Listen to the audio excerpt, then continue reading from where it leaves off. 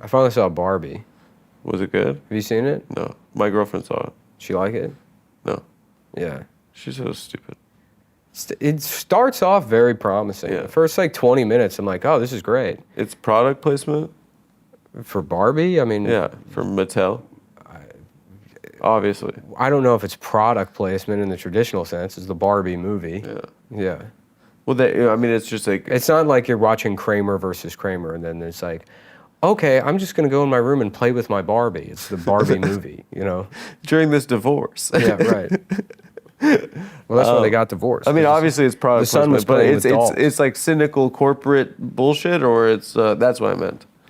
I mean, my honest feeling about it, watching it, is, like I said, the first 20 minutes are good, and then, I mean, really the only criticism I saw of the movie was Ben Shapiro in that picture he posted, where he's like, I just got dragged to see this. First of all, boo. Second of all, I hated it for a multitude of reasons. Number one, there's girls in it. Gross. If it were up to me, it would have been a picture of a penis. It would have been a 2-hour picture of a penis. And not too big, not too small, but just similar to my size, but it's on display. So it makes me feel like maybe mine could be on display. And that would have been a much better movie. You know, so. I didn't actually see the Ben Shapiro rant. Everyone was talking about that. Yeah, well, I mean, it was just him posting. It has to be the same shit as always, right? Yeah. Whenever I do these reviews, like, oh, you're taking the movie too seriously. The movie takes itself seriously, guys. It pretends to be a comedy, but it's taking itself super seriously. Fine. So. Every night is boys' night. It's the problem is that the only people airing criticisms, I think, really are going to be conservatives who just hate it because it's a Barbie movie. You know, they're going to hate it no matter what. Yeah. You know, because girls drool. If it had been anything less than like women should just be in the kitchen being raped, like they'd be like, oh, what the hell is this? You know.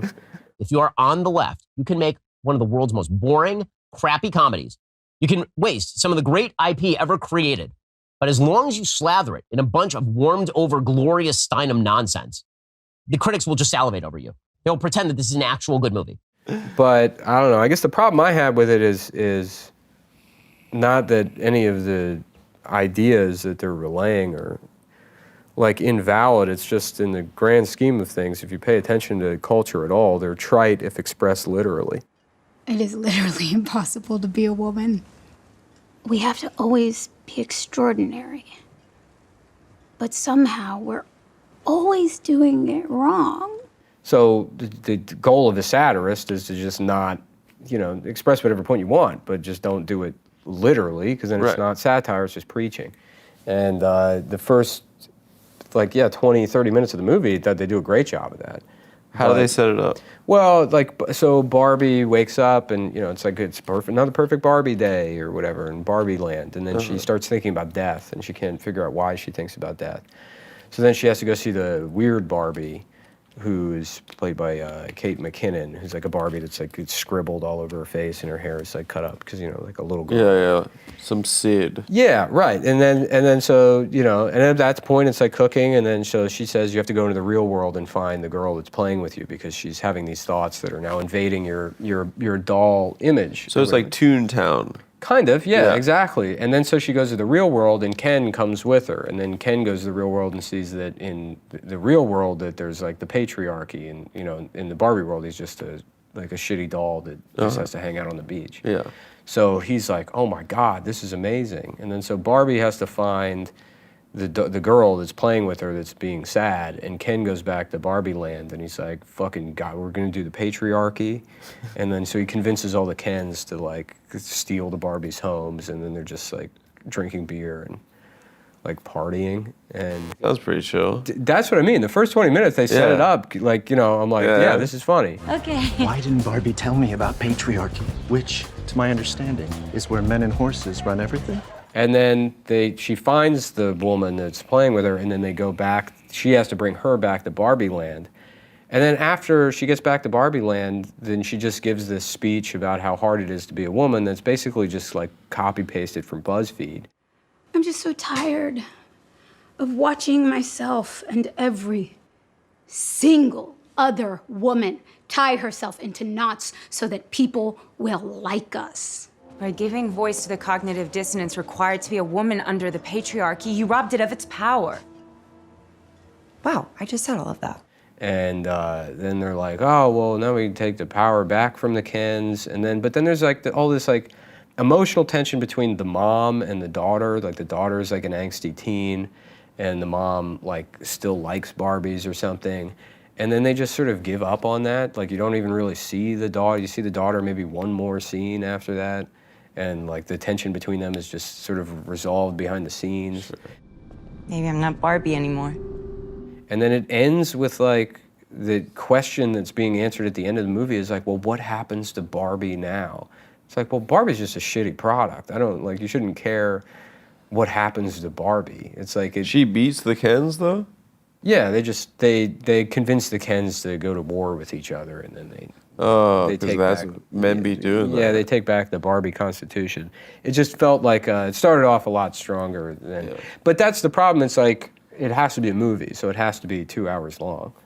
If they it's only a sketch. If they only had to work with not even a sketch. If that had been 40 minutes long, it would have been like great. Sick. I would have been like, this is hilarious, this is perfect. But yeah, I guess audiences. Thank you, Barbie. Thank you. Stupid American audiences need to have freaking Americans. They're like, there needs to be a beginning, a middle, and end. Right. It has to wrap up in a way that I like. It can't just be a clever point. That Ken of yours, he is one nice-looking little protein pot. I'd like to see what kind of nude blob he's packing under those jeans. Does Ken in the Barbie world, do they have smooth genitalia? Yeah, they do. There's a lot of parts of it that are very funny. They go in the Barbie world, and Barbie doesn't understand that. Like she doesn't know what misogyny is. Right. So they're like rollerblading, and they go up to a construction site, and the construction workers are like, "Hey, why don't you come suck my dick, bitch?" Oh, you got fries with that? If I said you had a hot body, would you hold it against me? Is that a mirror in your pocket? And then Barbie's like, "Well, I'll let you know this. I don't have genitals," and he doesn't have genitals either. Yeah. And then they're like, "Oh, that's fine." You can still suck because they're like afraid of being transphobic. Yeah, I thought it was clever. Yeah. We don't have genitals. That's okay. Yeah, whatever. It's cool. Yeah. I have all the genitals. That's funny. I was worried there would be a lot of overhanded social messages? No, not the overhanded social messages. That like very stale type of commercial Marvel humor, like so that's a thing, or that just happened, or whatever. And that's mostly just contained the Michael Cera. Hi, Barbie. Oh, hi, Alan. There are no multiples of Alan. He's just Alan. Yeah, I'm confused about that. But there wasn't much of that in the Barbie movie. Although the girl that played the daughter did have, she had like Netflix face, I guess I call it. What does that mean? There's a certain type of acting that like, I feel like the streamers or something that's very like contemporary, where their facial expressions are identical. Like they're always conveying like the same emotion, like the way her eyes move and everything. Like a soy face or something? No, it's not a soy face. It's not a one fixed expression. It's a style of acting that you see on. I wish I could see what you're describing right now. Yeah, I mean, if you watch the trailer, it doesn't. There's, well, whatever. I think we should find a joke or something to say. I don't know. I'm interested in what you're saying right now. Yeah, I have to see Oppenheimer still. It's a dumb way to say it, but like some people you can tell they're good at acting, and some people you can tell are good at doing acting like they're acting. A technical style of performance that looks like contemporary acting. I know what you're saying. Yeah. We have to go back. Barbie Land needs saving. Barbie needs saving. But all in all, I would say the Barbie movie was fun. The other thing I saw a trailer for is the Wonka movie, the Willy Wonka movie. Oh, with Chalamet? Which I was under the impression that movie came out 5 years ago. They announced it a long time ago. Yeah. But what is it, gritty reboot? No, that was Felix's joke. Remember Felix kind of... Oh, it isn't a gritty reboot. No, it's pretty straightforward. It's just like being Willy. Young Wonka, how he invented chocolate or something. I don't know. Have you met the little people? There's one of them in the trailer. I couldn't really gauge what the story is, but it's young Wonka and he wants to make chocolate. And there's a chocolate cartel that control candy in Britain. Oh, the Colombians. Yeah, and he's like this upstart chocolatier. Yeah. But he's inventing chocolate, makes people fly and stuff. And then, there's one scene I saw with a Oompa Loompa, but he doesn't seem to, it's new, he's invented it or something. Looks great. Yeah. Looks awesome. I could have sworn that movie already came out. Yeah. A long time ago. No, this is no longer Barbie's dream house. This shall henceforth be known as Ken's Mojo Dojo Casa House. It is going to be funny now because of Barbie. We're going to get 20 years of toy movies. Fucking listen. And there's going to be Latino guys that are like, yeah, I'm really into like the toy universe. like there's like, you know, I mean, I saw Barbie and that like blew my mind. So, and I saw G.I. Joe and I'm about to go see Hot Wheels next weekend. Yeah. Because, you know, it's like they deal with real life stuff. Yeah, and the Mattel is going to start a Marvel thing. They're all going to be the same universe. Yeah. Yeah. Yeah, I mean, they're going to do Avengers. The criticism of Marvel movies, Jeez Louise. Marvel movies used to be that it was for babies. Right. And now it's literally just for babies. A24 is making a Barney movie. No, they're not. Yeah, they are. They are. Look it up, dude. It's fucking insane. They're like, we're kidding going me. for like a darker, more adult tone.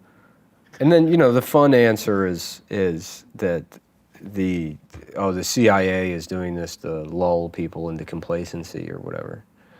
Are you fucking kidding me? No, I'm dead serious. This is real. Yeah, it's real. A24 Barney movie. No, this is the deep state. But it's worse than that.